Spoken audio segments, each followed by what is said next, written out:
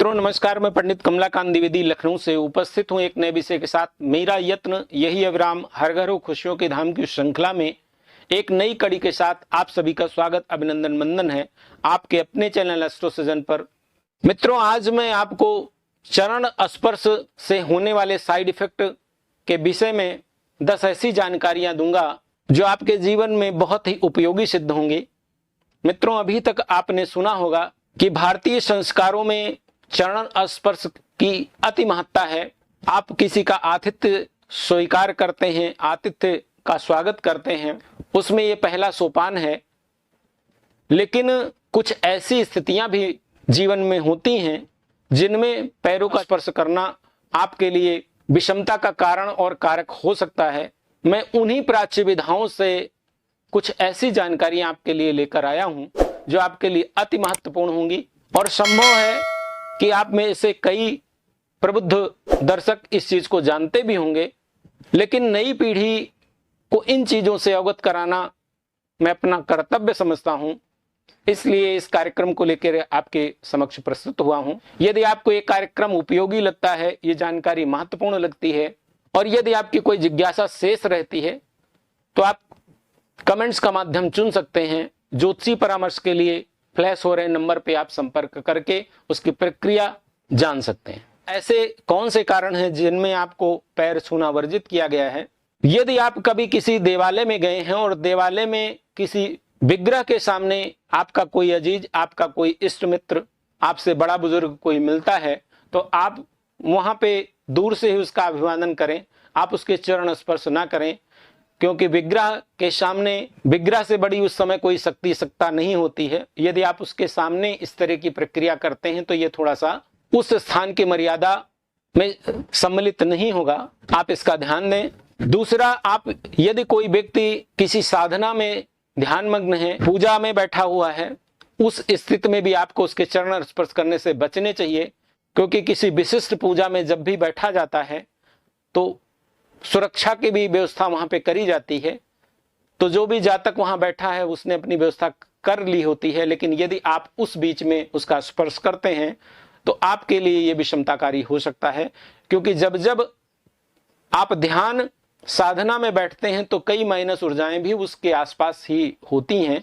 इनसे बचने का सीधा तरीका है कि यदि कोई ध्यान में बैठा हुआ है, कोई पूजा पाठ में बैठा है, उस समय आप उसके चरण स्पर्श से यदि बचते हैं तो आप बड़ी बड़ी विषमताओं से भी बच सकते हैं। मित्रों, तीसरा, कोई व्यक्ति लेटा है या सो रहा है, उस स्थिति में भी आपको पैर नहीं छूने चाहिए।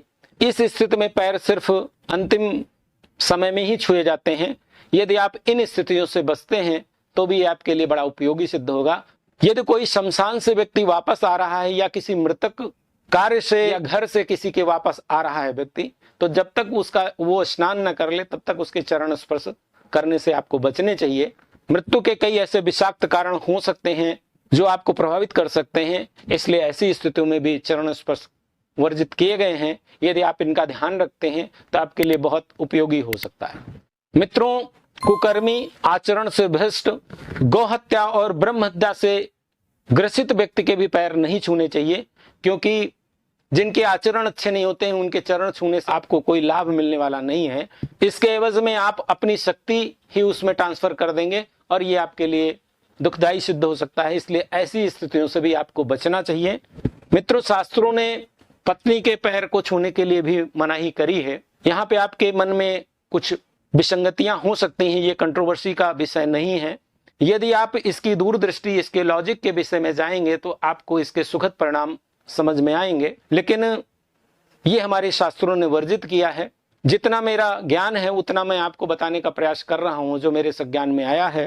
किसी परिवार में यदि कोई व्यक्ति स्वर्गवासी हो गया है तो जब तक 10 गात्र की पूजा 10वां नहीं होता है तब तक उस व्यक्ति के परिवार में ना तो आपको किसी के चरण स्पर्श करने चाहिए, ना आपको अपने चरण स्पर्श करवाने चाहिए। क्योंकि 10 गात्र तक जब तक शुद्धि नहीं होती है तब तक वो मृत शरीर प्रेत की योनि में रहता है और प्रेत की स्थितियों में यदि आप स्पर्श करते हैं तो जाने अनजाने में आप कई विसंगतियों को आप आवाहन कर सकते हैं। ऐसी स्थितियों में उन परिवार के सदस्यों को कहीं आना जाना भी वर्जित किया गया है और चरण स्पर्श की भी मनाही करी गई है। अशुद्धि की स्थिति में महिलाओं को ना तो अपने चरण स्पर्श करवाने चाहिए और ना किसी के चरण स्पर्श करने चाहिए।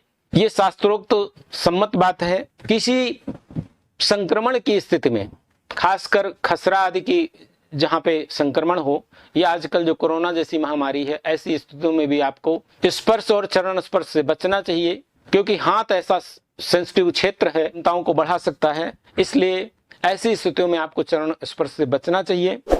मामा और ससुर के पैर छूने से भी आपको बचना चाहिए, क्योंकि जिस गोत्र से आपकी माँ का दान किया गया है, आप उस गोत्र से श्रेष्ठ होते हैं, और गोत्र से श्रेष्ठ वाले व्यक्ति को ही पैर छूने का अधिकार हमारे शास्त्रों में वर्णित है। आज व्यक्तिगत स्तर पे देखा जाए तो ये प्रचलन धीरे धीरे खत्म हो रहा है, और देश काल परिस्थिति के हिसाब से कई ऐसी विषमताएं हैं। यदि आप किसी आगंतुक के साथ आए हुए व्यक्ति को आप नहीं जानते हैं, तो भी आपको चरण स्पर्श से बचना चाहिए। आपको दूर से अभिवादन जरूर करना चाहिए, लेकिन चरण स्पर्श करने से बचना चाहिए। इससे आप जाने अनजाने में कई विषमताओं से आप बच सकते हैं।